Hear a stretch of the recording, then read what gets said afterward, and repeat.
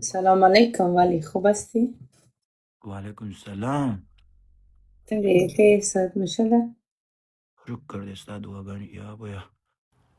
دا زموږ سم د قلبې غوی دی مخې ته ولا کورې اچولی په قرآن یې سم غټه ښځه یې ماشاءالله غټه جینۍ مان ماشاءالله. نه جنې نه یم ښځه یم ښځه یې او بچیان لرم. تره ښه ښځه یې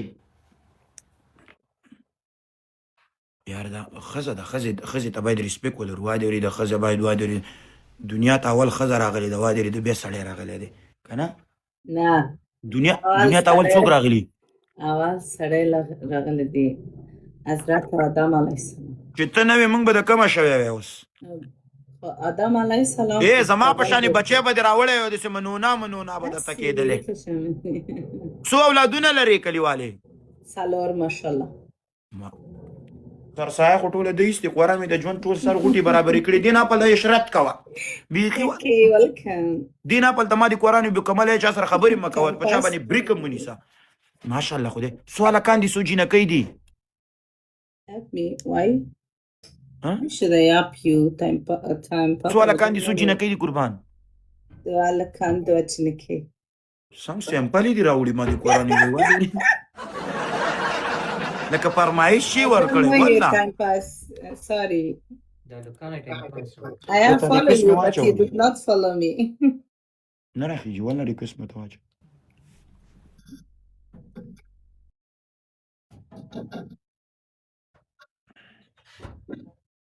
ولی سره خبره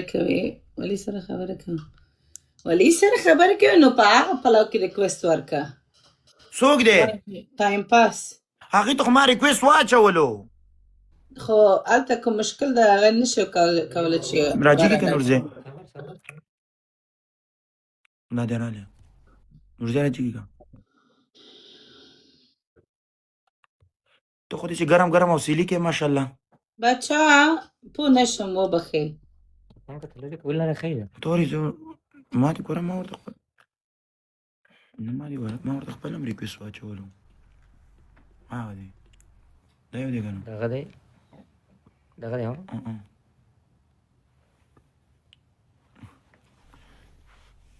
دلته می دا نور نه پرېږدي وایي بلا سلام علیکم. سلام علیکم. ما درته مخکې هم ریکویسټ واچو ته چې رالې فکر کوم دا زما انټرنیټ کار که څنګه او ما ته ریکویسټ واچو ته رانلې ودرېد ما په دې خاطر بیا دغه جینۍ ته ریکویسټ واچو.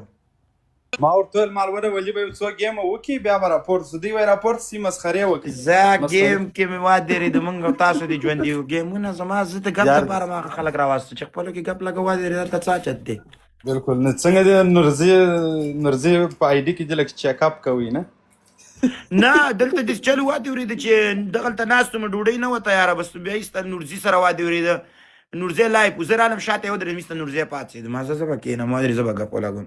نورزي خو ښه اشپزیان هم کوي نه چی شه در نه پخ ولا کړي که بله ورځې بېنډۍ پخ کړې ژوندۍ مې ورته ولي مړه